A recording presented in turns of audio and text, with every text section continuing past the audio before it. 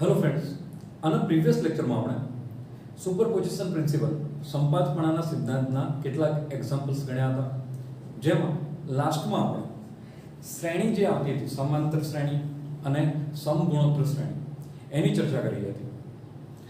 હવે આ લેક્ચરમાં એના જેવો જ એક દાખલો આપી દઈએ કે ધારો કે લાસ્ટમાં જે એક્ઝામ્પલ્સ આપણે ગણ્યા હતા સેમ એવા જ એક્ઝામ્પલની ચર્ચા કરવી છે કે ધારો કે ભઈ આપણે x અક્ષાને માની લઈએ.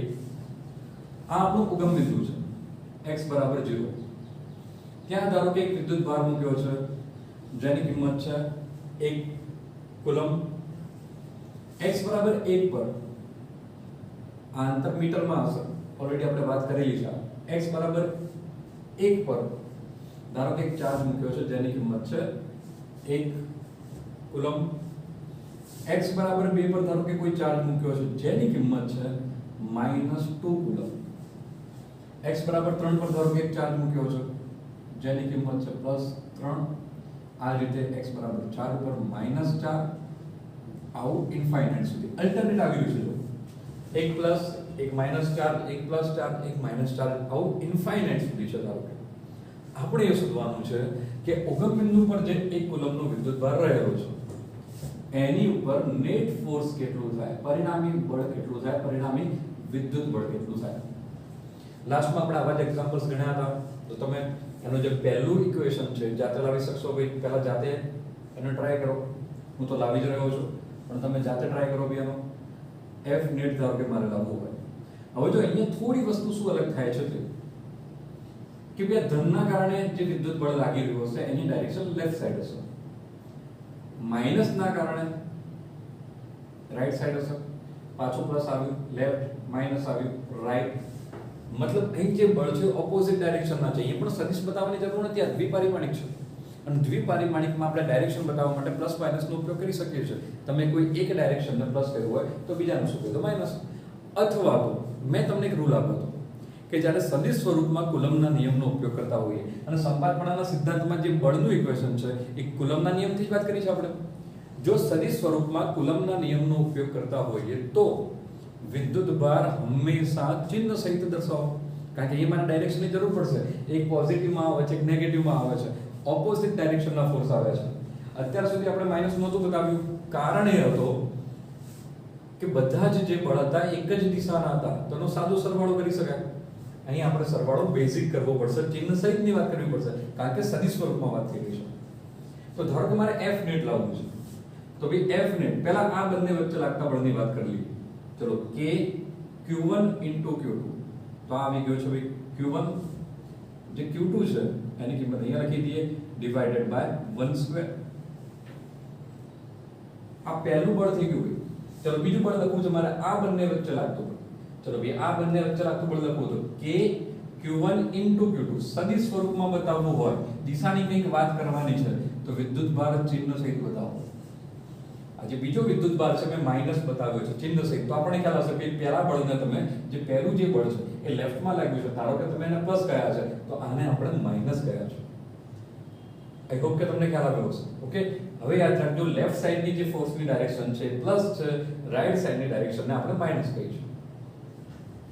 upon 2/2 સેમ આ રીતે આવશે 3/3² -4/4² અને આવું ઇન્ફાઇનાઇટ સુધી છે. ઓકે, ચલો હવે જો k * 1 એ તો 1 થવાનો જ છે ભાઈ. 1/1² કિંમત લખી શકાય 1 -1/2 +1/3 -1/4 આવું અનંત સુધી આવશે. એક ટર્મ પ્લસ આવશે, એક ટર્મ માઈનસ આવશે. -1/4 +1/5 -1/6 આવું ઇન્ફાઇનાઇટ સુધી આવશે. તો અહીં પણ જો એક અનંતવાળી શ્રેણી બની છે અને આ શ્રેણી કદાચ તમારા માટે નવી હશે. એના આગળની જે શ્રેણી આપણે જે ભણ્યા હતા કે ક્રમિક પદોનો સરવાળો 1 થી 10 નો સરવાળો, એ ઓલરેડી તમે 10th માં પણ ભણેલા હશો. એના પછી આપણે લાવ્યું હતું ભાઈ સમગુણોત્તર શ્રેણી. એની પણ ક્યાંક તમારે કદાચ 10th માં વાત થઈ હોય અથવા તો મેથેમેટિકલ ટૂલ્સમાં સાહેબે વાત કરી નાખી હશે, કોઈ એક્ઝામ્પલ્સ આવ્યા પણ હશે. પણ આ શ્રેણી કદાચ તમારા માટે નવી હશે. ભાઈ આ જે કૌંસમાં જે લખ્યું છે ધારો કે મારે એનો આન્સર લાવવો છે તો ભાઈ આ એક શ્રેણી નવી યાદ રાખો હવે ln ની સિરીઝ છે ln 1 + x આ ઇક્વેશન હવે માટે યાદ રાખજો ક્યાંથી આવ્યું છે એ મેથેમેટિક્સ માં છે આપણે એની ચર્ચાની કોઈ જરૂર નથી આ ઇક્વેશન યાદ રાખવાનું છે કે ભાઈ ln 1 + x it is equal to થાય x minus x²/2 plus x³/3 minus x⁴/4 આવું ઇન્ફાઇનાઇટ સુધી અનંત સુધી આ વાત કરવાની છે પણ મારે તો ભાઈ ઉપરનો આન્સર જોઈએ છે આ બ્રેકેટમાં જો બ્રેકેટ વાળું જે વસ્તુ છે એવું મારે લાવવું હોય તો જો x ની કિંમત મારે શું મૂકવી પડશે 1 તો ધારો કે આ ઇક્વેશનમાં હું x 1 મૂકી દઈએ તો જો આ ઇક્વેશનમાં x 1 આપણે મૂકી દઈએ છીએ તો શું એ બની જશે જો ln 1 + 1 મતલબ આ શું બની જશે ln 2 it is equal to શું આવશે જો આ x ની જગ્યાએ 1 -1/2 plus 1/3 -1/4 plus up to infinite તો જો આ જે રાઈટ સાઈડમાં મતલબ આ કૌંસમાં જે ટર્મ છે એની જે કિંમત છે એ આપણને મળી ચૂકી છે પણ એ કિંમત કોની છે એ તો ln 2 ની કિંમત છે ઇન શોર્ટ આ જે બ્રેકેટમાં આખું જે વસ્તુ લખી છે એની કિંમત શું બનશે ln 2 ખ્યાલ આવ્યો છે તમને મતલબ અહીં જે પરિણામી બળ થશે એ પરિણામી બળની કિંમત આવશે k ln 2 ખ્યાલ આવ્યો છે બી તમને પછી જે પ્રમાણે ઓપ્શન આપ્યા હોય એ પ્રમાણે આપણે સેટ કરવું પડે પણ આ જે સિરીઝ છે મારે સમજાવવાનું હતું કે આવા કઈ ટર્મ આવી રહ્યા હોય 1 + 1 -1 + 1 છે અને આ કે રીતે છે જો 1 અથવા તો 1 ને પણ આ રીતે પણ લખી શકાય 1/1 -1/2 + 1/3 -1/4 + 1/5 ક્રમિક પદો આવી રહ્યા છે 1 -1/2 + 1/3 આવું ઇન્ફાઇનાઇટ સુધી ક્રમિક પદો આવતા હોય તો ભઈ આનો જે સરવાળો છે 1 + 1 - એવા જે ટર્મ આવે છે અલ્ટરનેટ પ્લસ માઈનસ થઈ રહ્યા છે તો આ ટર્મનો સરવાળો શું બની રહ્યો છે ln 2 તો ટોટલ આપણે ત્રણ સિરીઝ યાદ રાખવાની છે એક તો ક્રમિક પદોનો સરવાળો બીજું છે ભઈ સમગુણોત્તર શ્રેણી અને આ ln ની શ્રેણી આ ત્રણ સિરીઝ સિવાય આઈ હોપ કે તમારે કોઈ દાખલાઓ ક્યારે નહીં આવે તમે કોઈ બુકમાં વાંચશો નહીં તો આ ત્રણ શ્રેણી યાદ રાખવાની છે ખ્યાલ આવ્યો છે તમને ઓકે આ એક્ઝામ્પલ તો તમારી નોટમાં ઉતારવાનો છે હોમવર્કમાં તમને એક એક્ઝામ્પલ આપું છું એ ટ્રાય કરજો સારો એક્ઝામ્પલ છે ભઈ ધારો કે ઘડિયાળ માની લો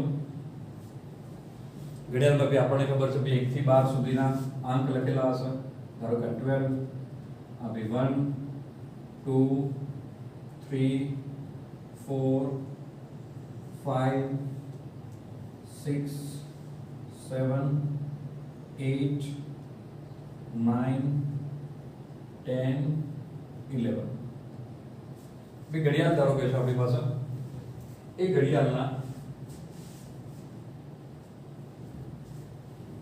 જેટલા પણ આરે અંક છે ને આ જેટલા અંક લખ્યા છે જે નંબર્સ લખ્યા છે ધારો કે એટલો ચાર્જ રહેલો છે મતલબ એવો કે ભઈ પહેલો જે 1 વાગ્યા હોય ધારો કે અથવા 1 નો જે અંક છે ધારો કે એની પર ચાર્જ કેટલો છે 1 કુલમ 2 ઉપર 2 કુલમ 3 કુલમ 4 5 6 7 8 9 10 11 અને 12 આવું માની લો તમે કે ભઈ જેટલા પણ અંક લખેલા છે એ બધા જ એના ધારો કે વિદ્યુત ભારો છે ઓકે બીજી વાત કે સેન્ટરમાં ધારો કે 1 કુલમ જેટલો વિદ્યુત ભાર રહેલો છે સેન્ટરમાં ધારો કે ચાર્જ છે 1 કુલમ અને આની જે રેડિયસ છે એ ધારો કે r છે તમને શોધવાનું કે સેન્ટર પર પરિણામી વિદ્યુત બળ લાવો સેન્ટર પર પરિણામી વિદ્યુત બળ ધારો કે આપણે લાવવું છે હવે આમાં તો ઘણા બધા ડાયરેક્શન ઓપોઝિટ ને બધી એ રીતે આવશે તો આ રીતે યાદ રાખો કે સેન્ટર પર મારે F નેટ લાવવું છે સદિશ F નેટ લાવવો છે in terms of I cap and J cap મતલબ I અને J ના સ્વરૂપમાં મારે સદિશ F નેટ લાવવો છે પરિણામી વિદ્યુત બળ લાવવું છે સારો એક્ઝામ્પલ છે એકવાર જાતે ટ્રાય કરજો નેક્સ્ટ લેક્ચરમાં હું આનું સોલ્યુશન આપીશ તમને પણ મારી ઈચ્છા છે કે તમે એકવાર જાતે ટ્રાય કરો શું આન્સર આવી રહ્યો છે ક્વેશ્ચન આ રીતે છે કે ભાઈ ઘડિયાળના જેટલા દરેક અંક છે ધારો કે એ અંક મુજબ ત્યાં વિદ્યુત ભારો રહેલા છે, મતલબ 1 પર 1 કુલમ, 2 પર 2 કુલમ, 3 પર 3, આ રીતે 12 સુધી વિદ્યુત ભારો રહેલા છે. સેન્ટર પર ચાર્જ કેટલો છે? 1 કુલમ. રેડિયસ કેટલી આપી છે આપણને? r. પ્રશ્ન એ રીતે છે કે આ સેન્ટર પર જે ચાર્જ રહેલો છે એની પર લાગતું બળ સદિશ સ્વરૂપમાં લાવવાનું છે, મતલબ in terms of I cap and J cap. કારણ કે ભાઈ આમાં ડાયરેક્શન બદલાતી રહેશે. આમાં શું હતું જો આગળના જે દાખલાઓ હતા એમાં બધામાં બળ સેમ ડાયરેક્શનમાં હતું, અથવા તો ભાઈ આમાં લેફ્ટમાં આવ્યું છે, પેલામાં રાઈટમાં, તો આમાં સદિશ આપણે ક્યાં બતાવ્યા જ નથી, ઓપોઝિટ ડાયરેક્શન છે. એકને પ્લસ કહીએ, એકને માઈનસ કહીએ. અહીં જો ડાયરેક્શનો બદલાતી જશે કારણ કે 12 સુધી છે. એકવાર જાતે ટ્રાય કરજો. હું નેક્સ્ટ લેક્ચરમાં તમને આનું સોલ્યુશન આપી દઈશ. ઓકે, તો સ્ક્રીન પોઝ કરો, આ એક્ઝામ્પલ લખી દો અને આ એક્ઝામ્પલ તમારે હોમવર્ક માટે લખવાનું છે.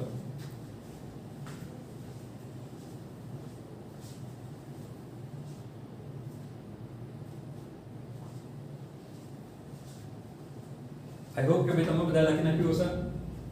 ઓકે,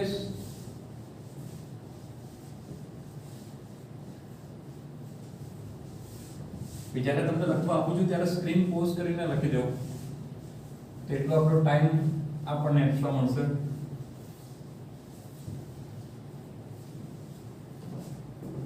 ચલો હવે જુઓ, તમને જે ગુજરાત બોર્ડનું ડીપીપી આપ્યું છે એ ગુજરાત બોર્ડના ડીપીપીમાં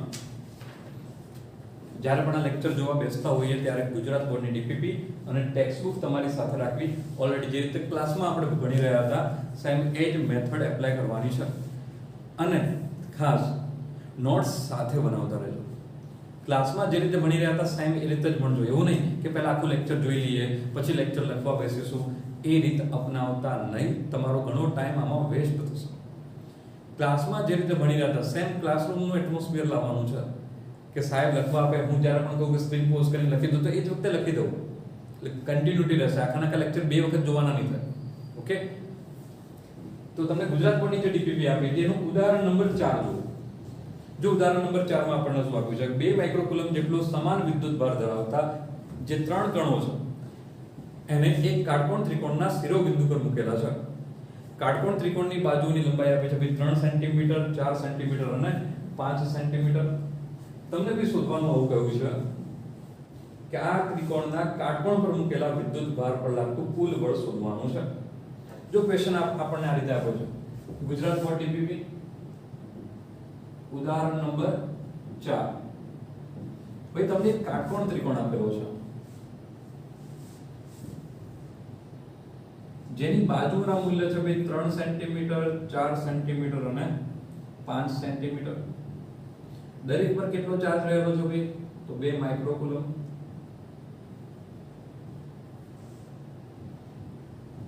ઓકે, આ રીતે આપણે દરેક પર ધારો કે 2 માઇક્રોકુલમ જેટલો વિદ્યુત ભાર રહેલો છે. ક્વેશ્ચન તમને આ રીતે કર્યો છે કે આ કાટકોણ ત્રિકોણના કાટકોણ પર, મતલબ જે અહીંયા રાઈટ એંગલ આપેલો છે અથવા તો આ જે ખૂણો છે, જે 90 ડિગ્રી વાળો જે ખૂણો છે એની પર જે ચાર્જ રહેલો હોય એની પર લાગતું આપણે શું લાવવું છે ભાઈ? બળ લાવવાનું છે. ચલો એક કામ કરીએ ભાઈ, આને આપણે કહી દઈએ Q1, આ ચાર્જને કહી દઈએ ભાઈ Q2, પેલા ચાર્જને કહી દઈએ Q3. ઓકે, ચલો બીજો, આ Q1 પર કોણ બળ લગાવતું હશે? બાકીના બંને. જો સંપાતપણાનો સિદ્ધાંત ચાલી રહ્યો છે, અસતત વિતરણની જ વાત થઈ રહી છે. વિદ્યુત ભારોનું અસતત વિતરણ, મલ્ટીપલ ચાર્જીસના કારણે ફોર્સ. મેં તમને એટલે જ પહેલા કહ્યું છે કે ભાઈ મારી સાથે રહેજો, આગળથી એક્ઝામ્પલ્સ ગણતા નહીં. ઘણી બધી મેથડ્સ તમારે બાકી હશે, કન્ફ્યુઝ થશે. ભાઈ ધારો કે મારે Q1 પર લાગતું બળ શોધવું છે. ભાઈ Q1 પર બળ કોણ લગાવશે? બાકીના બંને. તો ભાઈ Q2 જે છે એ Q1 પર બળ લગાવી રહ્યો હશે. બધા જ સમાન વિદ્યુત ભારો છે, અપાકર્ષણ લાગતું છે. મારે આની પર લાગતું બળ શોધવાનું છે. તો ભાઈ આની પર બળ કોણ લગાવશે? આ બાકીના બંને. તો Q2 એ Q1 પર બળ લગાવી રહ્યો હશે આ રીતે. તો ભાઈ આને શું લખાય? F12 Q1 પર Q2 વડે લાગતું બળ. સેમ આ રીતે જે Q3 છે એ પણ બળ લગાવી રહ્યો હશે ભાઈ. એની ડાયરેક્શન ક્યાં આવશે? નીચે આવશે. અને એના ધારો કે લખવું હોય તો શું લખી શકીએ ભાઈ? F13. ભાઈ મારે આની પર લાગતું પરિણામી બળ શોધવાનું છે, મતલબ એ તો કંઈક અહીંયા આવશે F net. ઓકે, જો મારે F net લાવવું હોય કે ભાઈ પરિણામી બળ કેટલું છે, ધારો કે મારે એ લાવવું છે, તો મારે F12 અને F13 ખબર હોવા જોઈએ. ચલો જો પહેલા તો આપણે F12 લાવીએ, કિંમતની વાત કરીએ. ચલો ભાઈ F12 શું લખાશે? ભાઈ એક પર બળ લાગેલું છે કોના વડે બે વડે તો બે આ રીતે લખી શકાશે k q1 q2 upon ભાઈ આ બે વચ્ચેનું અંતર ઓકે આ બે વચ્ચે લાગતા બળની વાત કરી રહ્યા છે તો ભાઈ આ અંતરને આપણે કહી દઈએ r12 યાદ હશે તમને બળ આની પર લાગેલું છે मतलब તમે આ ડાયરેક્શનમાં ગયા છો અંતિમ સ્થાન પેલું પ્રારંભિક સ્થાન r12 લખતા હતા જો કે r21 લખો તો પણ વાંધો નથી હું તો સદિશ સ્વરૂપમાં લખી રહ્યો છું પણ આ સિમ્બોલનો તમને થોડો આઈડિયા આવે એટલા માટે ખાલી વાત કરી છે તો કે આ બધાની કિંમતો મૂકી દઈએ જો a ની કિંમત શું છે 9 * 10⁹ બે પેલાની કિંમત શું થઈ 2 માઇક્રોકુલમ એનો વર્ગ થઈ જશે અપોન r12 કેટલી આપી છે 4 સેન્ટીમીટર છે મતલબ 0.04 એનો વર્ગ અને જો આ બધી કિંમતો તમે મૂકી દેશો તો તમારો જે આન્સર આવી રહ્યો હશે એ આન્સર આવી રહ્યો હશે 22.5 ન્યૂટન એકવાર કેલ્ક્યુલેશન ચેક કરી લેજો આનો આન્સર આવી રહ્યો હશે 22.5 ન્યૂટન આ બી આપણે શું લાવ્યું છે F1 જો મારે F નેટ લાવવા હોય તો મને આની કિંમત પણ ખબર હોવી જોઈએ F13 F13 કરવા જઈશું શું આવશે K Q1 Q3 upon R13 whole square ચલો બે K ની કિંમત શું લખાશે 9 * 10⁹ પેલું ફરીથી 2 * 10⁻6 whole square શું બદલાયું છે ખાલી અંતર જે 4 સેન્ટીમીટર હતું એની જગ્યાએ હવે અંતર શું આવશે ભાઈ 3 સેન્ટીમીટર માટે 0.03 whole square અને ભાઈ આની કિંમત તમે મૂકશો તો તમારો જે આન્સર આવી રહ્યો હશે એ આન્સર આવી રહ્યો હશે 40 ન્યૂટન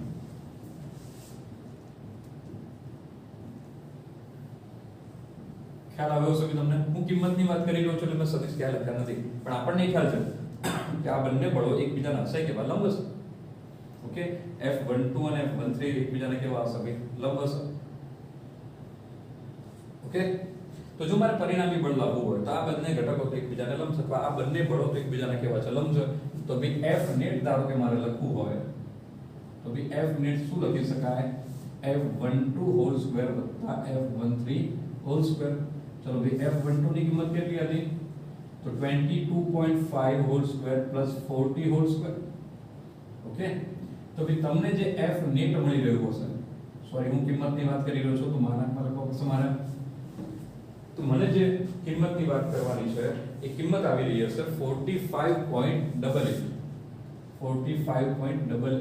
ન્યૂટન ભાઈ આટલું પરિણામી બળ લાગી રહ્યું હશે ઓકે ખ્યાલ આવ્યો હશે તમને ભાઈ મારે શોધવાનું છે પરિણામી બળ તમને એવું નથી કીધું કે પરિણામી બળની કિંમત લાવવાની છે આધાર પર આપણે શોધવાનું શું છે કે પરિણામી બળ લાવવાનું છે ને તો જો પરિણામી બળ લાવવું હોય આપણે તો ભાઈ બળનો મતલબ તો સદિશ રાશિ છે મૂલ્ય અને દિશા બંને ખ્યાલ હોવા જોઈએ તો આ તો ભાઈ આપણે મૂલ્ય લાવ્યું છે હવે મારે શું લાવવું પડશે ભાઈ ડાયરેક્શન ઓકે તો ભાઈ ડાયરેક્શન માટે આપણે શું લઈએ છીએ કે પરિણામી બળ છે એની કિંમત જે આ દિશાનું જે બળ છે એની કિંમત કેટલી આવી છે તો કે કિંમત આવી છે 45.88 અને આ કેટલા ખૂણે છે ધારો કે હું આ એંગલ લાવી દઉં મતલબ ઋણ x અક્ષ સાથે કેટલો ખૂણો બનાવી રહ્યો છે તો એ શું બતાવશે તમને એ ડાયરેક્શન બતાવશે ખ્યાલ આવ્યો છે ભાઈ તમને મતલબ ધારો કે હું tan θ લાવી દઉં તો ભાઈ tan θ નો મતલબ શું થાય સામેની બાજુ ભાગ્યા પાછળની બાજુ ચલો ભાઈ સામેની બાજુ મતલબ શું આવશે F13 tan θ ધારો કે મારે લાવવો છે તો શું આવશે ભાઈ F13 divided by F12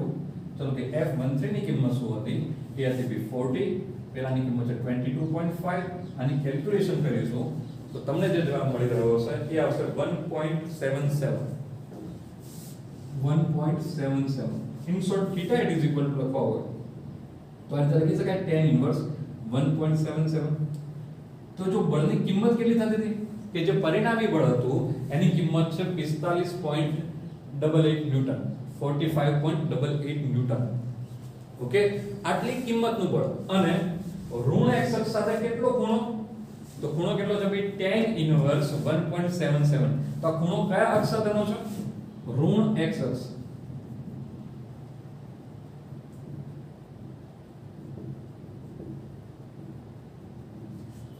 okay તમને ખ્યાલ આવ્યો હશે તો ભી આપણે એક સંપાદપણાના સિદ્ધાંતની એપ્લિકેશન હતી ઓકે તો સ્ક્રીન પોઝ કરો અને આ તમારી નોટ્સમાં ઉતારી દો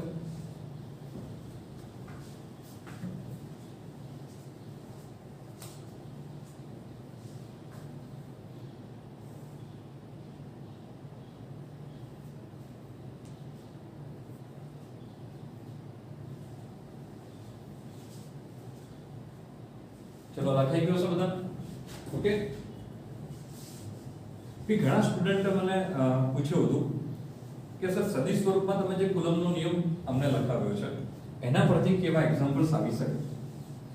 તો બે એક એક્ઝામ્પલ તમને ગણાવું છું જેમાં બે વિદ્યુત ભાર વચ્ચે લાગતું બળ હશે. બે વિદ્યુત ભાર વચ્ચે લાગતું બળ પણ સદિશ સ્વરૂપમાં હશે. મને એવું લાગ્યું કે તમારાથી બધાથી થઈ જશે તો તમે જાતે ગણી શકશો, પણ ઘણા બધા સ્ટુડન્ટ્સે ડાઉટ મૂક્યો છે. તો હું તમને એક એવા દાખલાની વાત કરું જે કદાચ આપણા જે ડીપીપી છે એમાં પણ કદાચ હોઈ શકે, મને એક્ઝેક્ટ યાદ નથી કે સેમ એક્ઝામ્પલ લગભગ હશે. એક રકમ લખી દેજો, લગભગ એ ડીપીપી માં પણ હશે, મને એક્ઝેક્ટ યાદ નથી, અત્યારે મારી પાસે ડીપીપી અવેલેબલ નથી હતા. ચલો ક્વેશ્ચન લખો. પ્લસ 196 માઇક્રોકુલમ 196 માઇક્રોકુલમ ધન વિદ્યુતભાર પ્લસ 196 માઇક્રોકુલમ વિદ્યુતભાર ધરાવતો બિંદુવત કણ 15,8,5. ચલો જે કિંમતો આપી છે લખી દઉં છું એટલે તમને કન્ફ્યુઝન ઓછું થાય. 196 માઇક્રોકુલમ એની વાત કરી છે. એ વિદ્યુતભાર ધરાવતો કણ કઈ જગ્યાએ છે તો 15,8,5 મીટર બિંદુએ અને -14 માઇક્રોકુલમ વિદ્યુતભાર ધરાવતો કણ. અને બીજો જે વિદ્યુતભાર છે એ -14 છે. જો આ રીતે લખી દઉં છું. પહેલો વિદ્યુતભાર ધારો કે Q1 એને હું કહી દઉં +196 માઇક્રોકુલમ. આનું સ્થાન જે આપેલું છે Q1 નું જે સ્થાન છે એ તમને આપ્યું છે કે 15,8,5 મીટર. એક વિદ્યુતભાર આ સ્થાને રહેલો છે. ક્વેશ્ચન લગાવું છું +196 માઇક્રોકુલમ વિદ્યુતભાર ધરાવતો બિંદુવત કણ 15,8,5 મીટર બિંદુએ અને -14 માઇક્રોકુલમ વિદ્યુતભાર ધરાવતો કણ 3,2,1 મીટર બિંદુએ રાખેલ છે. તો -14 માઇક્રોકુલમ બિંદુએ રાખેલ છે, તો -14 માઇક્રોકુલમ વિદ્યુતભાર પર લાગતું પરિણામી બળ શોધો. તો -14 માઇક્રોકુલમ વિદ્યુતભાર પર લાગતું પરિણામી બળ શોધો. કૌંસમાં લખી દેજો સદિશ સ્વરૂપમાં. કૌંસમાં લખી દેજો સદિશ સ્વરૂપમાં. તો ભાઈ પહેલો ચાર્જ લખાઈ ગયો સરકમ તમને કૌંસમાં લખી દેજો સદિશ સ્વરૂપમાં. ઓકે, લખાઈ ગયો છે લગભગ બધાને. ચલો Q1 ચાર્જ, Q2 જે Q2 જે આપેલો છે ભાઈ એની કિંમત તમને આપી છે. જે Q2 છે એની કિંમત તમને કહી છે ભાઈ -14 માઇક્રોકુલમ અને ભાઈ એનું જે સ્થાન આપ્યું છે એ આપ્યું છે ભાઈ 3,2,1 મીટર. 3,2,1 મીટર. ભાઈ આવી કંઈક વાત કરેલી છે. આપણે લાવવાનું છે ફોર્સ. કોની પર લાવવાનું છે ભાઈ? -14 માઇક્રોકુલમ પર. કે -14 માઇક્રોકુલમ પર જે વિદ્યુતભાર છે તેની પર લાગતું બળ લાવવાનું છે. મતલબ Q2 પર લાગતું બળ કોના વડે? Q1 વડે. ભાઈ સેકન્ડ પર ફર્સ્ટ વડે મતલબ શું લખાશે? F21. ભાઈ સેકન્ડ વિદ્યુતભાર પર લાગતું બળ ફર્સ્ટ વિદ્યુતભાર વડે મતલબ શું લખાશે? સદિશ F21. સદિશ સ્વરૂપમાં લાવવાનું છે. ચલો બીજું ઇક્વેશન લખી શકાય. જો યાદ કરો F21 જો મારે લાવવા હોય તો K Q1 Q2. જો F21 હોય તો અહીંયા શું લખાશે ભાઈ? સદિશ R21 માનાંકમાં. ઓકે, અને ધ્યાન રાખજો જો હું અહીંયા ક્યુબ લખું છું તો અહીંયા મારે શું લખવું પડશે? સદિશ. ઓકે, ચલો ભાઈ K Q1 Q2 તો આપણને ઓલરેડી ખ્યાલ છે. મને ખબર શું નથી તો સદિશ R21 અને એની કિંમત.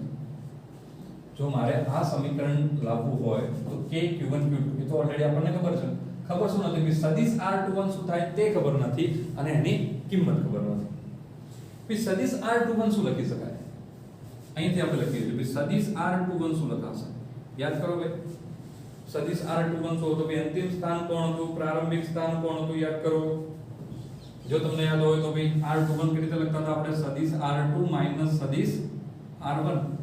ચલો ભાઈ R2 ની કિંમત શું હતી? 3,2,1 માઈનસ આની કિંમત શું આવી છે ભાઈ? 15,8,5. યાદ આવ્યું છે તમને? R21 નો મતલબ તમે 1 થી 2 ની દિશામાં જાઓ છો અને જો 1 થી 2 ની દિશામાં જતા હોય તો R2 અંતિમ સ્થાન છે, R1 પ્રારંભિક સ્થાન છે. જો તમને એક સિમ્પલ વસ્તુ કહી દઉં, ખાસ આ યાદ રાખજો, જ્યાં કુલમનો નિયમ સદિશ સ્વરૂપમાં લખ્યો હતો ને ત્યાં કદાચ મારાથી એક વસ્તુ લખાવવાની રહી ગઈ છે. તમારા બધાના ક્લાસમાં એક વસ્તુ રહી ગઈ છે એટલે ખાસ લખી દેજો. કે ભાઈ આ તમને કદાચ ખબર ના પડે r21 જવાનું કે 12 જવાનું, તો જે સ્થાનાંતર સદિશ હતો, સ્થાનાંતર સદિશનો હેડ ક્યાં મૂકવાનો? જેની પર બળ લાગે છે આ યાદ રાખો. સદિશ સ્વરૂપમાં જે કુલમનો નિયમ લખ્યો હતો ત્યાં હાંસ્યામાં લખી દો ખાસ કે સ્થાનાંતર સદિશનો હેડ જે વિદ્યુત ભાર પર બળ લાગે છે તેની પર દર્શાવો. કુલમનો નિયમ સદિશ સ્વરૂપમાં જ્યાં લખ્યો છે ત્યાં હાંસ્યામાં ખાસ લખી દો સ્થાનાંતર સદિશનો હેડ જે વિદ્યુત ભાર પર બળ લાગે છે તેની પર દર્શાવો. ઓકે, ચલો હવે નિયતાનો બળ કોની પર લાગ્યું ભાઈ? સેકન્ડ પર. કોના વડે લાગ્યું? ફર્સ્ટ વડે. તો સ્થાનાંતર સદિશ આ રીતે જ આવશે. એનો તો હેડ ક્યાં બતાવવાનો? જેની પર બળ લાગે છે ત્યાં. મતલબ આ અંતિમ સ્થાન હશે, આ પ્રારંભિક સ્થાન હશે. ઓકે, બળની ડાયરેક્શન ઓપોઝિટ ને બધું હોઈ શકે છે, આપણે એની વાત કરતા જ નથી. આપણે તો કોની વાત કરી છે ભાઈ? r21 કઈ રીતે બતાવવાનો છે? જેની પર બળ લાગે ત્યાં હેડ બતાવી દો. અંતિમ સ્થાન પ્રારંભિક સ્થાન તમને હંમેશા ધ્યાન રહેશે. ચલો ભાઈ જો આમાં શું થાય છે? 3 - 15 मतलब શું આવશે? -12 2 - 8 -6 1 - 5 -4 મીટર. ઓકે, તો જો ભાઈ આ સદિશ r21 આવી ચૂક્યા છે. સદિશ r21 ની કિંમત આપણને મળી ગઈ છે. હવે મારે શું કરવું પડશે ભાઈ? સદિશ r21 તો આવી ગયા, આપણે એનું મૂલ્ય પણ લખવું પડશે કારણ કે નીચે જો છેદમાં મૂલ્ય છે ભાઈ, આ તો સદિશ r21 આવ્યા છે. કે જો મૂલ્યની વાત કરીએ તો એ મૂલ્ય બરાબર કઈ રીતે લખાશે ભાઈ? અંડર રૂટમાં -12 નો વર્ગ વત્તા -6 નો વર્ગ વત્તા -4 નો વર્ગ. ઓકે, અને આ બધી કિંમતો મૂકશું તો શું આવશે ભાઈ? 144 36 16 અને it is equal to આવશે 6 6 12 4 96 અંડર રૂટ में આવશે 196. આપણને ખ્યાલ છે કે અંડર રૂટ 196 શું થશે? 14. ઓકે, તો ભાઈ સદિશ r21 સદિશ સ્વરૂપમાં પહેલા આપણે લાવ્યા છીએ, હવે એની કિંમત લાવ્યા છે. તો આ સદિશ સ્વરૂપમાં અને આ એની કિંમત છે. કે મારે જો બળ સદિશ સ્વરૂપમાં લાવવું હોય તો ભાઈ આ બધી કિંમતો આપણે ત્યાં મૂકી દઈએ. તો જો શું બનશે? સદિશ f21 it is equal to b k ની જગ્યાએ લખાશે 9 * 10⁹. ચલો ભાઈ q1 q2 q1 ની કિંમત કેટલી છે? +196 માઇક્રોકુલમ. પેલાની કિંમત શું લગાવશે? યાદ રાખજો અહીંયા માઈનસ લખવો પડશે કારણ કે હું બળ કયા સ્વરૂપમાં લખી રહ્યો છું? સદિશ સ્વરૂપમાં. જો બળ સદિશ સ્વરૂપમાં લખતા હોય, વિદ્યુત બળ અથવા કુલમનો નિયમ જો તમે સદિશ સ્વરૂપમાં વાપરતા હોય તો આપણે એવું કહેવું હતું કે વિદ્યુત ભાર હંમેશા ચિહ્ન સહિત દર્શાવો. ઓકે, તો બીજો વિદ્યુત ભાર આપણે ચિહ્ન સહિત દર્શાવવાના છે. તો જે q2 છે એ ચાર્જ કેવો છે? નેગેટિવ છે. તો શું લખાશે? -14 માઇક્રોકુલમ મતલબ 10⁻⁻6. આ ધ્યાન રાખજો. હંમેશા બે વિદ્યુત ભાર ચિહ્ન સહિત દર્શાવવાના જો સદિશ સ્વરૂપમાં નિયમનો ઉપયોગ કરતા હોઈએ તો, નહીં તો ભાઈ બતાવવાની કોઈ જરૂર નથી. फिर सदिश r21 આપણે અહીંયા લખાય છે -12 -6 -4. આને ભાઈ સદિશ સ્વરૂપમાં લખીએ છીએ તો આ રીતે લખી દઈએ -12 i cap -6 j cap -4 k cap. Okay, divided by 14 metre હતું અને એનો ક્યુબ આવશે. 14 * 14 * 14 લખાય કારણ કે r21 ની કિંમત કેટલી હતી? 14 હતી. ઓકે, બી આપણને ખબર છે ભાઈ 14 નો વર્ગ શું થશે? 196. અહીંયા પણ પેલા 14 કેન્સલ થાય છે. ઓકે, પણ ધ્યાન રાખજો -1 રહેશે. ત્યાં -14 હતા એટલું ધ્યાન રાખજો. તો બીજો આ બધાની કેલ્ક્યુલેશન કરીએ તો ત્યાં 9 રહ્યા છે આપણી પાસે, માઈનસ છે 10⁻12. ચલો ભાઈ 9 અને માઈનસમાં આવી જશે. ચલો -9 10⁻+9 10⁻−12 મતલબ 10⁻- કેટલા થયા? 3. અહીંયા ભાઈ આવ્યું છે -12 i cap -6 j cap -4 k cap. Already આવી ચૂક્યું છે જવાબ તો આપણો, પણ ઘણી વખતે બી પ્લસ માઈનસ ના નાના સ્વરૂપમાં કારો કે કંઈક બતાવે તો બી ઓરિજિનલી તો આપણો આન્સર આવી ગયો છે યાર. પણ ધારો કે આમાંય કંઈ કોમન નીકાળેલું હોય ને રીતે આપ્યું હશે તો બી કદાચ આ રીતે કહી શકે કે ભાઈ આમાંથી ધારો કે આપણે કોમન નીકાળી દઈએ 2 -2 કોમન નીકાળીએ. ચલો ભાઈ બધામાંથી જો માઈનસ નીકળી ગયા છે તો ભાઈ ધારો કે -2 કોમન નીકાળી દઈએ. -2 કોમન નીકળે તો -9 * -2 કેટલા થઈ જશે ભાઈ? 18. into 10 -3 માઈનસ મેં કોમન નીકાળી નાખ્યા છે એનો મતલબ જે બળ આવશે શું આવશે જો અહીંયા બી થઈ જશે 6i કેપ, અહીંયા બી થઈ જશે +3j કેપ, અહીંયા બી થઈ જશે 2k કેપ. ઓકે, આટલું ન્યૂટન બળ સદિશ સ્વરૂપમાં આપણે લાવ્યું છે. તો જે બળ હશે એ સદિશ સ્વરૂપમાં કંઈક આ રીતે થઈ જશે. ઓકે, ખ્યાલ આવ્યો છે તમને? ચલો સ્ક્રીન પોઝ કરો અને આપણે તમારી નોટમાં ઉતારી દો. ટીપીપી માં કદાચ ચેક કરી લેજો, જો આવો કોઈ પ્રશ્ન હોય તો એ નંબરિંગ ત્યાં આપી દેજો તમે. ઓકે,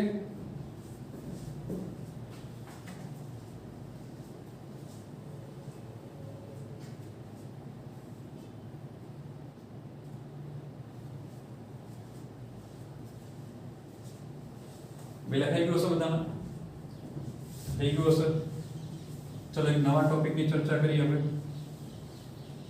હજી પણ કહું છું, સંપાતપણાના સિદ્ધાંતની જ વાત થઈ રહી છે. આપણે સંપાતપણાનો સિદ્ધાંત જ ભણી રહ્યા છીએ. આ ધ્યાન રાખજો.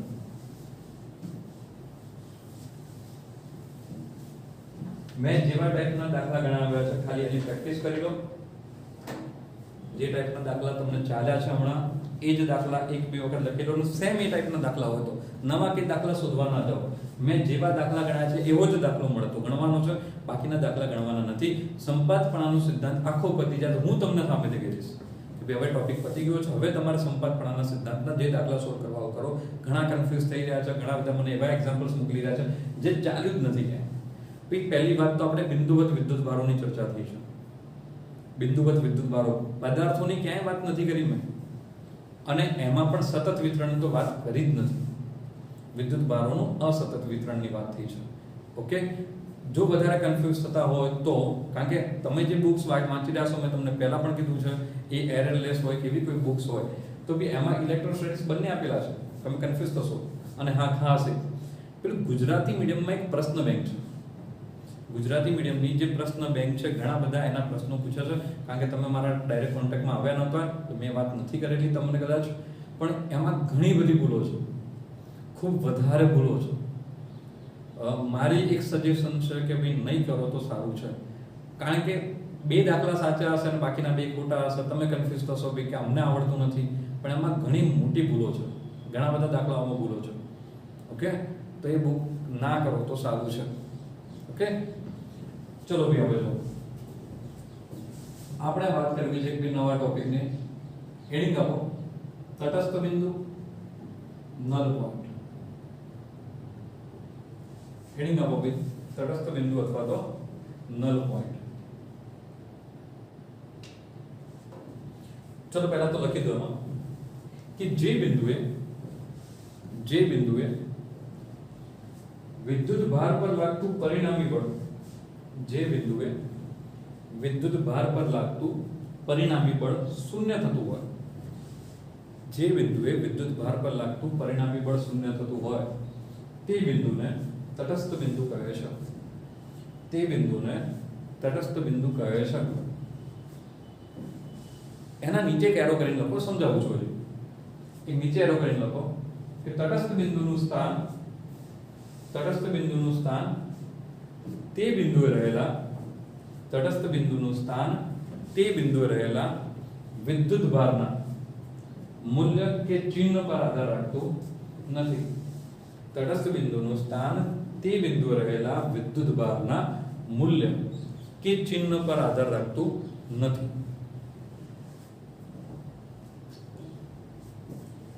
ઓકે, આઈ હોપ કે તમારે આ થઈ ગયું હશે, લખાઈ ગયું હશે. હવે જો તટસ્થ બિંદુનો મતલબ શું છે? એ કોઈ વિદ્યુત ભાર પર લાગતું પરિણામી બળ શૂન્ય થતું હોય. ધારો કે કોઈ સ્થાન તમને એવું મળે, તટસ્થ બિંદુ જે તે સ્થાન પર આધાર રાખે છે. આ ધ્યાન રાખજો, મેં તમને શું લખાવ્યું છે કે વિદ્યુત ભારના મૂલ્ય અને ચિહ્ન પર આધાર રાખતું નથી. મતલબ એ સ્થાને તમે ગમે તે વિદ્યુત ભાર મૂકો, એની પર લાગતું પરિણામી બળ શું આવશે? શૂન્ય. અને આવું એક ટાઈપનો દાખલો આપણે ગણેલો છે. કયા દાખલાની વાત કરું છું? જુઓ, આપણે પેલું સમબાજુ ત્રિકોણની ચર્ચા કરી હતી, કે એક્ઝામ્પલ તમને ગણાવ્યો હતો કે ભાઈ સમબાજુ ત્રિકોણ હોય, એના દરેક શિરોબિંદુ પર જો હું સરખો વિદ્યુત ભાર મૂકું તો અહીંયા તમે ગમે તે વિદ્યુત ભાર મૂકી દો, એની પર લાગતું પરિણામી વિદ્યુત બળ શું મળશે? શૂન્ય. મતલબ આ જે પોઈન્ટ છે, આ જે સ્થાન છે, એ સ્થાનને શું કહેવાય? તટસ્થ બિંદુ અથવા તો નલ પોઈન્ટ.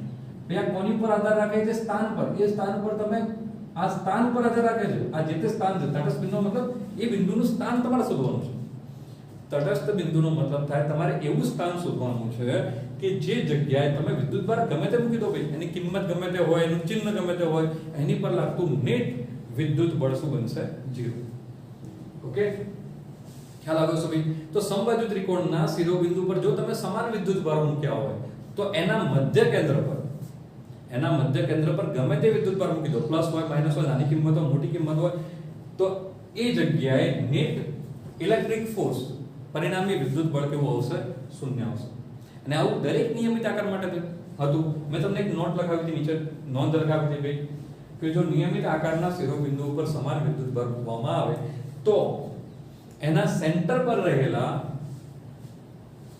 ગમે તે વિદ્યુતભાર પર લાગતું પરિણામી વિદ્યુત બળ શું બનશે? 0. મતલબ સેન્ટર પર વિદ્યુતભાર જે પણ મૂકી દો એની પર નેટ ફોર્સ 0 થશે. મતલબ સેન્ટર જે છે, જે મધ્ય કેન્દ્ર છે, એને શું નામ આપી શકાય? એને તટસ્થ બિંદુ કહેવાય. આઈ હોપ કે તમને ખ્યાલ આવ્યો હશે. ઓકે, તો હવે તટસ્થ બિંદુ લાવવા છે આપણે. તો હવે આપણે જે પોઈન્ટની વાત કરી રહ્યા છીએ એ છે કે સમાન પ્રકારના વિદ્યુતભારો માટે.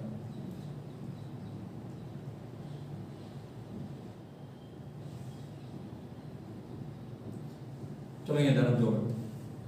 ભાઈ ધારો કે આપણી પાસે બે વિદ્યુતભારો છે, Q1 Q2. આ બે વચ્ચેનું અંતર r છે. ધારો કે ભાઈ મારી પાસે બે વિદ્યુતભારો છે Q1 અને Q2. હું ભાઈ વાત કરી રહ્યો છું આ બંને વિદ્યુતભાર કેવા છે? સમાન પ્રકારના. કાં તો બંને ધન છે, કાં તો બંને ઋણ છે, પણ સમાન પ્રકારના વિદ્યુતભારો છે. તો આ બંને વિદ્યુતભારોને લીધે કયા બિંદુએ પરિણામી વિદ્યુત બળ 0 બનશે? એ બિંદુએ તમે ગમે તે વિદ્યુતભાર મૂકો એની પર લાગતું નેટ ફોર્સ તો હંમેશા શું બનવાનું છે? 0 જ બનવાનું છે. મારે એવું સ્થાન જોઈએ છે કે ભાઈ આ સ્થાન કઈ જગ્યાએ હશે. જો આ બંને વિદ્યુતભારો ધન સમાન મૂલ્યના નથી, આ ધન સમાન પ્રકારના છે. સમાન પ્રકારના મતલબ કાં તો બંને ધન છે, કાં તો બંને ઋણ છે, પણ કિંમતો અલગ અલગ હોઈ શકે છે. ભાઈ ધારો કે હું આ સ્થાને કોઈ ધન વિદ્યુતભાર મૂકું તો ત્યાં 0 હોઈ શકે કે નહીં? આપણે શોધવું છે. ચલો ભાઈ Q1 એ ધન છે, Q2 પણ ધારો કે ધન છે તમે માની લો, અને આ જે મૂક્યું છે, જે સ્થાન બતાવ્યું છે ત્યાં મેં જે વિદ્યુતભાર મૂક્યો છે ભાઈ એને પણ ધન માની લો. ચલો ભાઈ આ બે વચ્ચે અપાકર્ષણ મતલબ આની પર બળ આ ડાયરેક્શનમાં લાગશે, પેલા પર બળ આ ડાયરેક્શનમાં લાગશે, તો ભાઈ નેટ ફોર્સ 0 હોઈ શકે નહીં. ભાઈ જો બે જ બળ હોય ને આપણે નેટ ફોર્સ 0 લાવવો તો ક્યારે બની શકે? કે ભાઈ બંનેના મૂલ્ય સરખા હોવા જોઈએ, દિશા કેવી હોવી જોઈએ? મૂલ્ય સરખા હોવા જોઈએ, દિશા વિરુદ્ધ. શક્ય છે કે કદાચ અહીંયા બે બળોના મૂલ્ય સરખા થઈ જતા હોય પણ દિશા તો ક્યારે બનશે જ નહીં. ભાઈ ધારો કે અહીંયા નેગેટિવ પણ ધારી શકાય તો ભાઈ પેલા બંને આકર્ષણ લગાવશે તો પણ 0 નહીં બને. મતલબ ત્યાં તો ડાયરેક્શન ઓપોઝિટ આવવાની છે જ નહીં. જો મારે નેટ ફોર્સ 0 જોતું હોય બે જ બળોના લીધે તો બંને બળના મૂલ્ય સરખા હોવા જોઈએ, દિશાઓ કેવી હોવી જોઈએ? વિરુદ્ધ. તો અને તો જ નેટ ફોર્સ બની શકે જે અહીંયા ક્યારે પોસિબલ થવાનું નથી. ઓકે, તો સેમ એ રીતે નીચે પણ પોસિબલ નહીં થાય. નીચે પણ એ જ વાત થશે ભાઈ ધન હોય તો ભાઈ બંને આકર્ષણ લગાવશે. ધારો કે આ ઋણ માને હોય તો ભાઈ આ બંને આકર્ષણ લગાવશે. મતલબ ત્યાં 0 બનવાનું છે નહીં. બે બંનેને જોડતી રેખા પર અને આ બંનેની બહારના ભાગમાં અહીંયા ક્યાંક બતાવી દીધું, ત્યાં બી શક્ય છે કે નહીં માની જોઈએ. ધારો કે મેં ધન વિદ્યુતભાર માન્યો તો ભાઈ આ ધન વિદ્યુતભાર એને અપાકર્ષણ લગાવતો હશે અને પેલો પણ અપાકર્ષણ લગાવતો હશે. મતલબ ઓપોઝિટ ડાયરેક્શન તો નહીં આવે તો ત્યાં 0 બની નહીં શકે. ભાઈ ધારો કે નેગેટિવ લઈએ તો ભાઈ આ આકર્ષણ લગાવશે, પેલો પણ આકર્ષણ લગાવશે, બંનેની સેમ ડાયરેક્શન તો પણ 0 બનશે નહીં. મતલબ આ જગ્યા પણ શક્ય નહીં બને. સેમ એવું આ બંનેને જોડતી રેખા પર બંનેની બહારના ભાગમાં પણ શક્ય બનશે નહીં. ત્યાં પણ સેમ થશે, બંનેની ડાયરેક્શન કાં તો આમાં આવશે કાં તો ત્યાં જો નેગેટિવ ચાર્જમાં તો આકર્ષણ આવશે. ઓકે, તો બે એક જ જગ્યા બાકી રહી બંનેને જોડતી રેખાના અંદરના ભાગ. બંનેને જોડતી રેખાના અંદરના ભાગમાં ધારો કે મેં અહીંયા બંને વિદ્યુતભારની કિંમત સરખી માની હોત તો વિચારો ક્યાં 0 થયું હોત? પરફેક્ટ સેન્ટરમાં. કારણ કે મારે એવું બળ લાવવું છે જે બંને બળની કિંમતો સરખી હોય, દિશા કેવી હોય? વિરુદ્ધમાં. ઓકે, ધારો કે મેં ત્યાં એક ચાર્જ માન્યો છે Q તો કે આ Q વિદ્યુતભાર પેલા Q પર આ Q વિદ્યુતભાર પર જમણી તરફ બળ લગાવતો હશે એટલું જ વિદ્યુતભાર પેલો બળ લગાવતો હશે ડાબી તરફ. કારણ કે મેં બંને વિદ્યુતભારો કેવા માન્યા છે? સમાન માન્યા છે.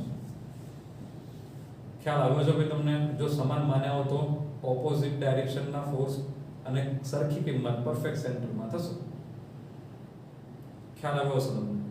પણ ભાઈ અહીંયા આપણે એવું સમાન માન્યા નથી, વિદ્યુતભારો સરખા નથી. ધારો કે આવી કન્ડિશન કરી છે કે Q1 મોટું છે Q2 કરતા. ધારો કે ભાઈ Q1 ચાર્જ મોટો છે કોના કરતા? Q2 કરતા. ભાઈ આને ધારો કે Q1 કહી દઈએ, આને શું કહી દઈએ? Q2. કે ધારો કે Q1 ચાર્જ Q1 ચાર્જ નાનો છે કોના કરતા? Q2 કરતા. એ Q1 નાનો છે Q2 મોટો છે. તો હવે જો પરફેક્ટ સેન્ટરમાં વાત કરું, બીજું હવે પરફેક્ટ સેન્ટરમાં વાત કરું તો Q1 નું બળ તો નાનું થઈ જશે કારણ કે એની પોતાની કિંમત જ નાની છે. ઠીક Q2 તો એની બી કિંમત વધારે છે. તો પરફેક્ટ સેન્ટરમાં વાત કરું તો ભાઈ આ બાજુનું બળ વધારે આવશે ઘણું અને પેલી બાજુનું બળ નાનું આવશે. ઓકે ભાઈ મેં લેફ્ટમાં એરો મોટો બતાવ્યો છે, ધ્યાન રાખજો. લેફ્ટમાં બળ વધારે છે, પેલામાં બળ ઓછું છે. મતલબ અહીંયા ઓપોઝિટ ડાયરેક્શન તો થઈ જશે પણ પરફેક્ટ સેન્ટરમાં 0 બનશે નહીં. તો મારે ધારો કે 0 કરવું હોય તો ભાઈ મારે આ જે બળ છે મોટું કરવું પડે. Q1 ના લીધે જે બળ લાગે છે એને મોટું કરવું પડે અને Q2 વાળું બળ નાનું કરવું પડે. Q1 ના કારણે બળ વધશે ક્યારે? તમે એની નજીક આવશો ત્યારે. તો પેલું નાની કિંમત આ એરો નાનો બનતો જશે, પેલો એરો મોટો બનતો જશે. કોઈ એક જગ્યાએ બળ તો બનશે 0. યાદ રાખજો ભાઈ બળ શૂન્ય બને ક્યાં? તો Q1 થી નજીક રાખવું પડે કારણ કે ભાઈ આ વિદ્યુતભાર નાનો છે. ભાઈ આ વિદ્યુતભાર નાનો તો આની નજીકમાં બળ સ્ટ્રોંગ થશે, પેલાના તો દૂરના ભાગમાં પણ સ્ટ્રોંગ હોઈ શકે છે કારણ કે વિદ્યુતભાર મોટો છે. અરે ખ્યાલ આવ્યો હશે તમને? પેલું લોજિકલી જે વિચાર કે નથી ખ્યાલ આવ્યો તમને? ઓકે તો આ ધ્યાન રાખજો કે જો બંને વિદ્યુતભારો સમાન પ્રકારના હોય તો તટસ્થ બિંદુ ક્યાં મળી રહ્યું છે આપણને? જો બે વિદ્યુતભારો સમાન પ્રકારના હોય તો તટસ્થ બિંદુનું સ્થાન બંને વિદ્યુતભારોને જોડતી રેખા પર, બંનેને જોડતી રેખાના અંદરના ભાગમાં, આ બહારનો ભાગ કહેવાશે, આ બંનેને જોડતી રેખાની વાત થઈ છે. રેખા તો વ્યાખ્યા કહેવાય ને. તો બંનેને જોડતી રેખા પર રેખાના અંદરના ભાગમાં અને નાના વિદ્યુતભારની નજીકમાં હશે. આ દ્રવ્યમાન કેન્દ્ર નથી, ધ્યાન રાખજો. દ્રવ્યમાન કેન્દ્રમાં જે દળ મોટું હોય ને, જે દળ મોટું છે એની નજીકમાં દ્રવ્યમાન કેન્દ્ર શિફ્ટ થાય. અહીં એવું નથી ભાઈ. અહીં મારે તટસ્થ બિંદુ લાવવાનું છે તો તટસ્થ બિંદુનું સ્થાન ક્યાં આવશે? જે નાનો વિદ્યુતભાર હશે એની નજીકમાં. તો દ્રવ્યમાન કેન્દ્ર જેવું વિચારતા નહીં પાછા. દ્રવ્યમાન કેન્દ્રમાં ઉલટું હતું, જ્યાં દળ વધારે હોય દ્રવ્યમાન કેન્દ્ર એ તરફ શિફ્ટ થાય. અહીંયા ભાઈ નેટ ફોર્સ 0 ક્યાં થશે? જે વિદ્યુતભાર નાનો છે એની નજીક. ઓકે ખ્યાલ આવ્યો હશે ભાઈ તમને? ખબર પડી હશે ભાઈ? તો જે Q નું જે સ્થાન છે મારે શોધવું છે કે ભાઈ કઈ જગ્યાએ નેટ ફોર્સ 0 થઈ રહ્યું હશે, આપણે એવું શોધવાનું છે. ભાઈ મારે સ્થાન લાવવું છે તો ભાઈ નાના વિદ્યુતભારથી ધારો કે સ્થાન કહી દઉં x1, મોટા વિદ્યુતભારથી સ્થાન કહી દઈએ x2. યા બેમાંથી કોઈ એક કિંમત લાવી દઈએ. ચલો ભાઈ Q1 થી કિંમત આપીએ, મતલબ નાના વિદ્યુતભારથી અંતર લાવી દઈએ કારણ કે Q1 તમને નાનો આપ્યો છે. ભાઈ મારે તટસ્થ બિંદુનું સ્થાન શોધવું છે, મતલબ મારે x લાવવાનો છે, સોરી x1 અથવા તો x2 લાવવાનો છે. ખ્યાલ આવે ભાઈ? ડાયરેક્શન તો મેં ઓલરેડી સમજાવી નાખી કે ભાઈ આના કારણે બળ આમ હશે, પેલાના કારણે બળ આમ હશે. જો ધન માનું તો ઋણ માનું તો પણ ડાયરેક્શન ઓપોઝિટ આવશે ભાઈ. જો આ ઋણ વિદ્યુતભાર હોય તો બંને આને ખેંચશે. ઓકે શક્ય છે ભાઈ આ ધન હોય આ ઋણ હોય, ડાયરેક્શન તો ઓપોઝિટ આવી જશે. જોઈ લો તો મતલબ મારે હવે સરખાવવાનું શું રહ્યું? કિંમતો. તો Q1 ના લીધે કેપિટલ Q પર કેટલું બળ લાગતું હશે? ધારો કે મારે લખવું છે, શું લખાશે ભાઈ? K Q1 capital Q upon x1 square. ચલો પેલી બાજુ લખવું હોય તો શું લખાશે? K Q2 capital Q upon x2 square. ચલો જો K અને Q તો કેન્સલ થઈ ગયા છે ભાઈ. જો K અને Q તો એ કેન્સલ થઈ ગયા છે. પછી મારે લાવવું છે x1 અને x2 અથવા તો બેમાંથી કોઈ એક કિંમત લાવવાની છે. ચલો એક કામ કરીએ ભાઈ, મારે ધારો કે ભાઈ x1 લાવવો છે તો આને સામે લઈએ તો ભાઈ આવું લખી શકાશે x1 square upon x2 square it is equal to ભાઈ આના સામે આવશે તો આ શું લખાશે ભાઈ Q1 ભાગ્યા Q2. ઓકે તો આપણે x1 x2 લાવવાનો હતો તો વર્ગ છે તો ચલો બંને બાજુ વર્ગમૂળ લઈ લઈએ તો બે આવશે x1 આવશે ભાઈ x2. અહીંયા શું બની જવાનું છે બીજો? અંડર રૂટ Q1 ભાગ્યા Q2. ખ્યાલ આવ્યો છે તમને? ઓકે ચલો જો અહીં તો x1 x2 બંને અનનોન છે ભાઈ. જો બે અનનોન હોય તો આપણે તો કોઈ પણ એકની કિંમત લાવવી છે. મારે તો x1 ની કિંમત લાવવી છે કારણ કે x2 લાવો તો સહેલો થઈ જાય. x1 તમે લાવો તો કેટલો r - x1 કરો શું મળી જશે? x2. તો ભાઈ ધારો કે મારે x1 લાવવો હોય તો x2 નું લોગ કરવો પડે. મારે x2 નીકાળવો છે. બીજું સમીકરણ શું બનશે? r બરાબર x1 + x2. મતલબ એ કામ કરીએ ભાઈ છેદમાં અંશ ઉમેરી દઈએ તો ભાઈ છેદમાં અંશ ઉમેરી દઈએ ભાઈ x1 તો અંશમાં હતો જ ભાઈ નીચે x2 હતો ને એમાં આપણે શું ઉમેર્યો છે x1. મતલબ મેં શું કર્યું છે ભાઈ છેદમાં અંશ ઉમેર્યો છે. જો આવું કરો તો જમણી બાજુ પણ સેમ પ્રોસેસ તમારે કરવાની થાય. ડાબી બાજુ કરી છે પ્રોસેસ તો જમણી બાજુ પણ કરવી પડશે કારણ કે મેથેમેટિક્સમાં બરાબરની બંને બાજુ મેથેમેટિકલ પ્રોસેસ તો સરખી જ થવી જોઈએ.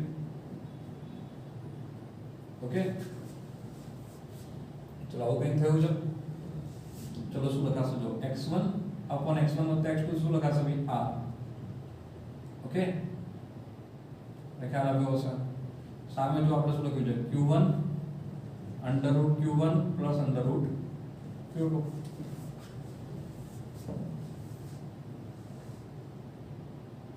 ઓકે ભાઈ ખ્યાલ આવ્યો હશે તમને. ચલો જો આને શું લખી શકાય? ચલો બે આ તો લખ્યું છે x1 / r. ભાઈ આમાં ઉપર નીચે √q1 વડે ધારો કે ભાગી દઈએ. ભાઈ આનાથી સહેલું થઈ શક્યું હોત થોડું ડિફિકલ્ટ પણ જો કે તમારે આની થિયરીનો કંઈ વાત કરવાની નથી. ભાઈ √q1 વડે ભાગી દઈએ તો શું આવશે 1. ભાઈ ઉપર નીચે √q1 વડે ભાગી દઈએ છે ભાઈ અહીંયા શું થઈ ગયું છે 1. જો √q1 વડે ભાગું તો આને √q1 વડે ભાગું તો ભાઈ અહીંયા આન્સર શું આવશે ભાઈ એ 1 થઈ જશે પ્લસ અહીંયા શું થશે ભાઈ √q2/q1. એ મારે લાવવાનો તો શું હતો x1 r ને સામે લઈ જઈએ. ચલો ભાઈ x1 લાવવો છે r ને સામે લઈ જઈએ તો બે રીતે લખાશે જો આ નીચેનું ટર્મ આ રીતે લખું છું q2 q1 + 1. બે થિયરીમાં પડવાની કોઈ જરૂર નથી. તમારા ઇક્વેશન યાદ રાખવાનું છે. શું ઇક્વેશન આવી થિયરી ખ્યાલ તો આવવો જોઈએ કે શું થયું છે કેમ લીધું. પહેલું તો યાદ એ રાખવાનું છે જો સમાન પ્રકારના વિદ્યુત ભારો હોય તો તટસ્થ બિંદુ મળે ક્યાં? જો સમાન પ્રકારના વિદ્યુત ભારો તો તટસ્થ બિંદુનું સ્થાન ક્યાં આવશે? બંને વિદ્યુત ભારોને જોડતી રેખા પર રેખાના અંદરના ભાગમાં અને નાના વિદ્યુત ભાગની નજીકમાં. અને કેમ આવું આવે છે મેં આપને સમજાવ્યું છે કે લોજિકલી એકવાર વિચારી લેજો. બીજું x1 ની કિંમત લાવવી છે. x1 મતલબ ક્યાંથી અંતર છે ભાઈ? x1 નો મતલબ નાના વિદ્યુત ભારથી અંતર છે. ઓકે x1 નો મતલબ નાના વિદ્યુત ભારથી અંતર. તો x1 નું ઇક્વેશન શું મળ્યું છે? જો r /√q2/q1 + 1. બે આ શું હતું? તો આ હતું બે વિદ્યુત ભારો વચ્ચેનું અંતર.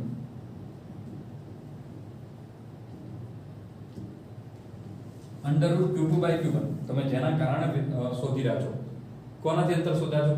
q1 થી. તો એ છેદમાં આવી રહ્યું છે √q2/q1 + 1. બી એક તો આ ઇક્વેશન ઘણી જગ્યાએ આ જ ઇક્વેશન કોઈ બુકમાં આ રીતે લખેલું હશે. આનું આ જ ઇક્વેશન ભઈ જો આનો રસા લઈ લઈએ તો √q1 q2 લખાય. મતલબ જો આ જે ઇક્વેશન છે એના સ્વરૂપમાં પણ લખ્યું છે. અહીંયાથી ઇક્વેશન લાવેલા હશે ઘણી બુકમાં x1 = આ સામે કેમ તો આ રીતે લખ્યું હશે r √q1 √q1 + √q2. ભઈ આ રીતે પણ ઇક્વેશન લખ્યું હશે. અમુક રેફરન્સ બુકમાં તમને આ રીતે પણ મળી જશે. તમને જે રીતે યાદ રહે. મને આ થોડું વધારે અનુકૂળ લાગે છે હું કારણ પછી આપીશ તમને કેમ. ઓકે તો ભઈ આ તમારી નોટમાં ઉતારી દો કે જો બે સમાન પ્રકારના વિદ્યુત ભાર હોય તો તટસ્થ બિંદુ નું ઇક્વેશન લાવી દો. સ્ક્રીન પોઝ કરો. આ જે લખ્યું છે એ તમારી નોટ્સમાં ઉતારી દો. યાદ રાખજો x1 એ નાના વિદ્યુત ભારથી અંતર છે. નાનો વિદ્યુત ભાર છે કયો તો q1. ઓકે સ્ક્રીન પોઝ કરો નોટ્સમાં ઉતારી દો.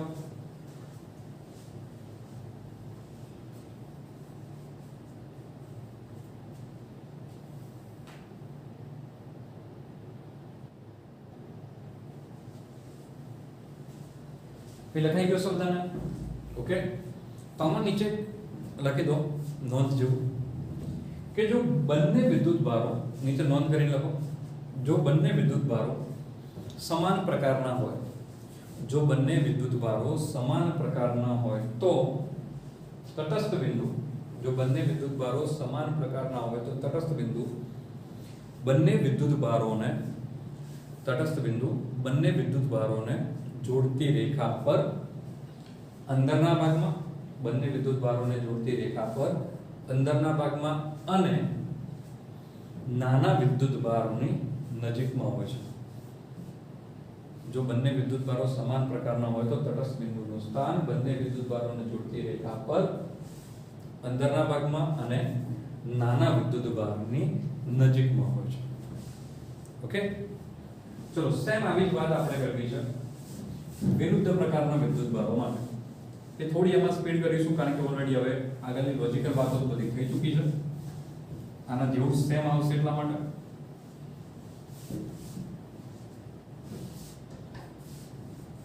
તો આમાં સેકન્ડ ક્વેશ્ચન વિરુદ્ધ પ્રકારના વિદ્યુતભારો માટે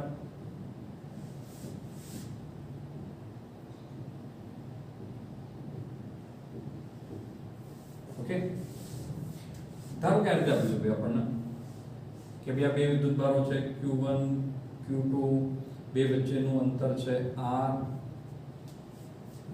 પણ અહીંયા સમાન પ્રકારના વિદ્યુતભારો નથી ભાઈ ધારો કે એક પ્લસ છે ને એક માઈનસ છે અને કિંમતના સ્વરૂપમાં વાત કરવી હોય તો ધારો કે આ રીતે આપ્યું છે Q1 it is less than Q2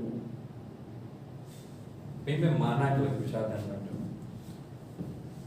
માનાંકની વાત કરી રહ્યો છું જો માનાંક કેમ ભાઈ ધારો કે મારી પાસે એક વિદ્યુતભાર છે 5 માઇક્રોકુલમ અને બીજો વિદ્યુતભાર છે ભાઈ -5 માઇક્રોકુલમ એ બીજા વિદ્યુતભાર પર કેટલું બળ લગાવશે ભાઈ આ ધારો કે વિદ્યુતભાર આપ્યો છે 1 કુલમ તો ભાઈ આના માટે પણ કેટલો છે 1 કુલમ તો આ 5 માઇક્રોકુલમ વિદ્યુતભાર 1 કુલમ પર જેટલું બળ લગાવતો હશે એટલું જ -5 લગાવતો હશે દિશાઓ ખાલી શું હશે ઓપોઝિટ હશે તો બે બંને વિદ્યુતભારની તાકાત કેવી સરખી જ આ ધ્યાન રાખજો દિશાઓ ઓપોઝિટ છે ખાલી બંને જે બળ લગાવી રહ્યા છે ને ડાયરેક્શન અલગ અલગ છે મતલબ બે માંથી મોટું કોણ બે સરખા કહેવાય બંનેની તાકાત સરખી છે ધ્યાન રાખ આ ખબર પડી છે ભાઈ -5 માઇક્રોકુલમ અને 5 માઇક્રોકુલમ સરખા જ કહેવાશે કારણ કે બંનેની તાકાત સરખી છે બળ લગાવવાની ભાઈ આ ધ્યાન રાખજો એટલા માટે માઈનસ લગાવ્યા મતલબ ધારો કે મને આવું આપ્યું હોય કે ભાઈ એક વિદ્યુતભાર છે -5 માઇક્રોકુલમ નો બીજો વિદ્યુતભાર છે 2 માઇક્રોકુલમ એ બંનેમાંથી મોટો વિદ્યુતભાર કયો ભલે પેલો માઈનસ લખ્યો છે આ મોટી કિંમત છે ભાઈ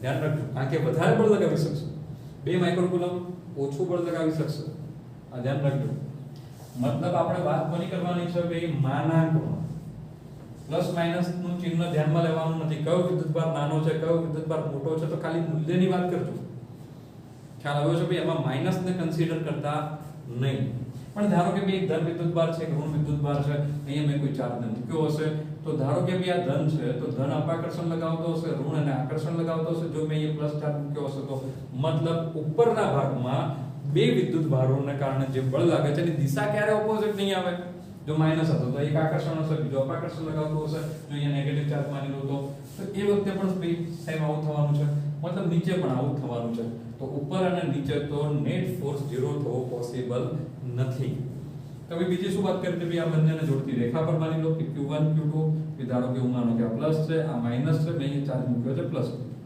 તો ભાઈ આ ધન એ પેલા ધન વિદ્યુતભાર પર પેલા ધન વિદ્યુતભાર પર આ દિશામાં અપાકર્ષણ લગાવતો હશે અને આ ઋણ આકર્ષણ લગાવતો હશે ડાયરેક્શન સેમ આવી અહીંયા ડાયરેક્શન શું આવી છે ભાઈ સરખી મતલબ બંનેને જોડતી રેખા પર અંદરના ભાગમાં પણ પોસિબલ નથી કારણ કે ભાઈ એક અપાકર્ષણ લગાવશે બીજો આકર્ષણ લગાવશે ડાયરેક્શન સેમ થઈ જશે ઓકે અને આપણે કીધું છે ભાઈ કે Q1 નાનો છે અને Q2 મોટો છે તો ભાઈ ધારો કે બંનેને જોડતી રેખાના બહારના ભાગમાં વિચારીએ અને કોની બાજુમાં વિચાર્યું Q2 તો Q2 તો મોટો છે મોટા વિદ્યુતભારની નજીક વિચારીએ તો શું થાય એ ખાલી વિચારી લો Q2 આ વિદ્યુતભાર મોટો છે આ નેગેટિવ છે તો ભાઈ આ તો આકર્ષણ લગાવશે જો મેં અહીંયા પોઝિટિવ મૂક્યો હોય તો પેલો અપાકર્ષણ લગાવશે પણ તો ઘણો દૂર છે તો અપાકર્ષણ નાનું હશે તો અહીંયા નેટ ફોર્સ શૂન્ય બની શકે નહીં કારણ કે એક ફોર્સ મોટું છે બીજો ફોર્સ નાનું છે ઓપોઝિટ ડાયરેક્શન આવી ગઈ પણ બળના કિંમતો સરખી નહીં થાય મતલબ જો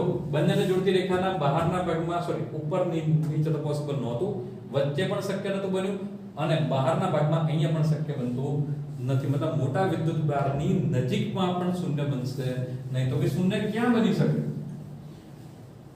તો જો વિરુદ્ધ પ્રકારના વિદ્યુતભારો હોય તો તટસ્થ બિંદુનું સ્થાન બંને વિદ્યુતભારોને જોડતી રેખા પર બહારના ભાગમાં અને જે નાનો વિદ્યુતભાર છે નાના વિદ્યુતભાર ગણવાનો કે રીતે માઈનસ કન્સિડર કરવાના નથી જે વિદ્યુતભાર નાનો છે જેનું મૂલ્ય નાનું છે ત્યાં જ વાત કરવાની છે એમાં માઈનસ ને કન્સિડર કરવાનો નથી ભાઈ આની નજીકમાં ધારો કે કોઈ ચાર્જ છે તો એની પર બળ શૂન્ય હોઈ શકે મતલબ નાના વિદ્યુતભારની નજીકમાં અને નાના વિદ્યુતભારથી આપણે અંતર શું માનતા હતા x1 અને મોટા વિદ્યુતભારથી બે અંતર શું માનતા હતા x2 યાદ કરો ભાઈ Q1 થી અંતર આપણે શું માન્યું હતું x1 Q2 થી અંતર શું માન્યું હતું આપણે x2 ખ્યાલ આવ્યો છે? ડાયરેક્શન તો ઓપોઝિટ થઈ જશે. ધારો કે બે ધન વિદ્યુત ભાર છે, આ પણ ધન છે, તો અપાકર્ષણ બળ પેલો ઋણ હશે, એ આકર્ષણ ડાયરેક્શન ઓપોઝિટ હશે. બળની કિંમતો કેવી કરવાની છે? આપણે સરખાવવાની છે. ખ્યાલ આવ્યો છે તમને? ઓકે, તો ફરીથી વાત ડાયરેક્શનની તો વાત થઈ ચૂકી છે. હવે આપણે વાત કોની કરવાની છે? મૂલ્યની. ચલો ભાઈ, આ બે વચ્ચે લાગતું બળ મતલબ q1 પર સ્મોલ q1 વડે લાગતું બળ, તો k q1 q upon x1 નો વર્ગ ઇટ ઇઝ ઇક્વલ ટુ ભાઈ પેલાને કારણે કેટલું લાગે છે? તો k q2 q upon x2 square. ચલો k અને q તો કેન્સલ થઈ ગયા છે ભાઈ. ચલો આને સામે લીજીએ, મતલબ આવું લખી શકાશે ભાઈ x2 square upon x1 square it is equal to શું લખાશે ભાઈ? q2 by q1. પણ ભાઈ મારે તો x2 x1 માં લાવવાનું છે. એક કામ કરીએ ભાઈ, વર્ગમૂળ લઈ લઈએ બંને બાજુએ. તો ભાઈ x2 by x1 it is equal to શું થઈ જશે ભાઈ? Under route q2 by q1. ખ્યાલ આવ્યો છે ભાઈ? પણ ભાઈ મારે તો x2 ને x1 બે નથી લાવવા, x1 લાવવો છે. મારે x2 નો શું કરવો પડે? લોપ કરવો પડે. તો x2 ને મારે x1 ના સ્વરૂપમાં લખવું પડે. ચલો ભાઈ x2 ની કિંમત શું લખાજો? x1 r. ભાઈ x2 ની કિંમત શું લખાશે? x1 r. તો ભાઈ x2 ની જગ્યાએ રાખી દઈએ x1 r upon x1 it is equal to be under root q2 by q1.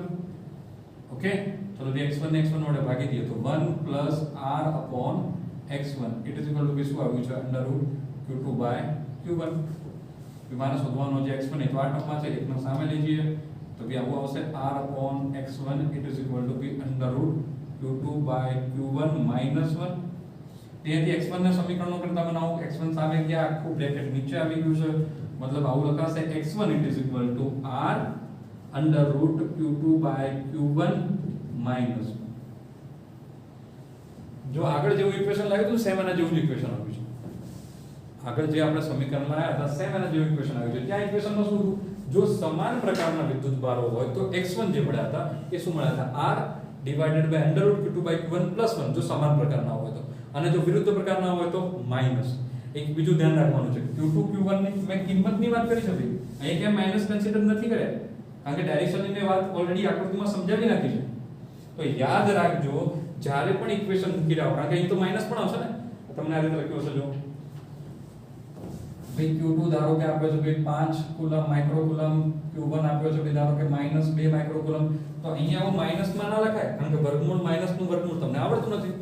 Okay, આવી કિંમતો નહીં હોય, કિંમત એવી હશે જેનું તમે વર્ગમૂળ લાવી શકો છો, પણ માઈનસ ને કન્સિડર કરવાનો નથી. માઈનસ ની વાત તો આકૃતિમાં ઓલરેડી ડાયરેક્શનમાં થઈ ચૂકી છે. મેં કિંમતો શકાય છે જો, મતલબ q2 q1 જે છે મૂલ્યની વાત કરવાની છે, કઈ ના ખબર પડે તો માનાંકની વાત કરવાની છે. ઓકે, તો ભાઈ x1 ફરીથી શું છે ભાઈ? x1 કોનાથી અંતર છે? નાના વિદ્યુત ભારથી અંતર, અને r શું હતું ભાઈ? બે વિદ્યુત ભારો વચ્ચેનું અંતર. તો આ બંને સમીકરણ યાદ રાખવાના છે. ઓકે, પહેલા એક કામ કરો, સ્ક્રીન પોઝ કરો. આ જે ઇક્વેશન લાવ્યા છે આપણે એ તમારી નોટ્સમાં ઉતારી દો પહેલા તો.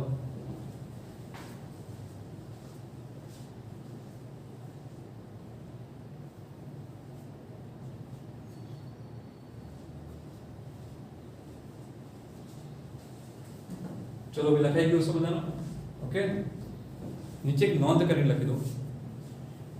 જો બે વિદ્યુત ભારો વિરુદ્ધ પ્રકારના હોય, જો બે વિદ્યુત ભારો વિરુદ્ધ પ્રકારના હોય તો તટસ્થ બિંદુનું સ્થાન, જો બે વિદ્યુત ભારો વિરુદ્ધ પ્રકારના હોય તો તટસ્થ બિંદુનું સ્થાન બંને વિદ્યુત ભારોને જોડતી રેખા પર, તટસ્થ બિંદુનું સ્થાન બંને વિદ્યુત ભારોને જોડતી રેખા પર રેખાના બહારના ભાગમાં, બંને વિદ્યુત ભારોને જોડતી રેખા પર બહારના ભાગમાં, બંને વિદ્યુત ભારોને જોડતી રેખા પર બહારના ભાગમાં અને નાના વિદ્યુત ભારની નજીકમાં હોય છે.